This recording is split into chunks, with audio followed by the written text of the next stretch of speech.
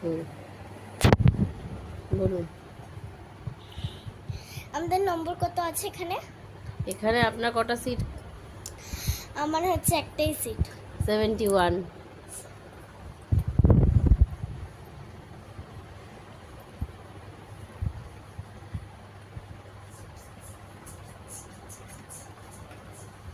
আপনি কোথায় যাচ্ছেন? দীঘা। ও,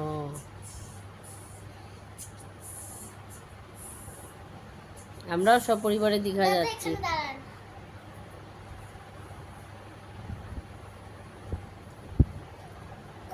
ট্রেনে এরকম বলা যায় না তো, পট করে দাঁড়াতে। কাকে বলছেন?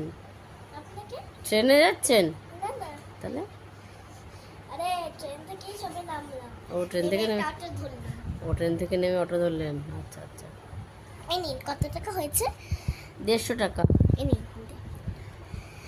ধন্যবাদ।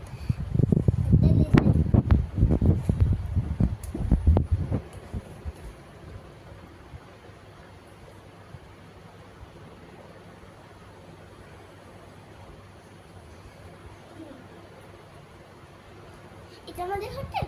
হুম, এই যে কত নম্বর আছে হোটেলে? দেখো সুন্দর করে হোটেলে রেডি কত করে নম্বর রেখেছি। আছে? কত নম্বর আছে?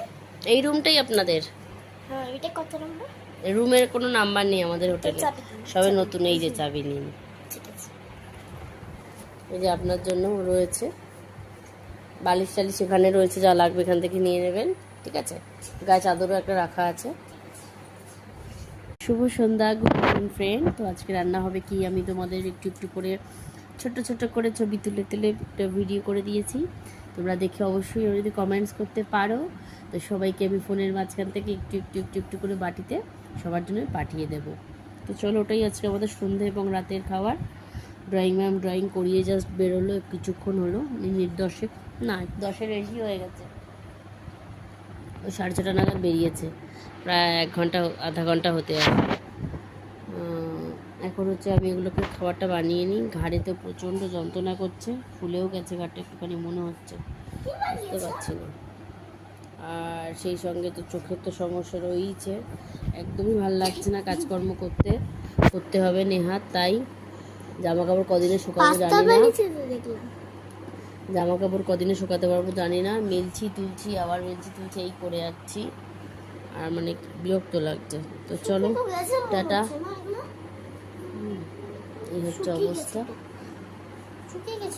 ড্রয়িং করে বেরিয়ে দেখছি আমি তখন রান্নাঘরে না, এখানে তখন সবজি কাটছিলাম, বিনস গাজর ক্যাপসিকাম, বুঝতে পারছি না কি রান্না।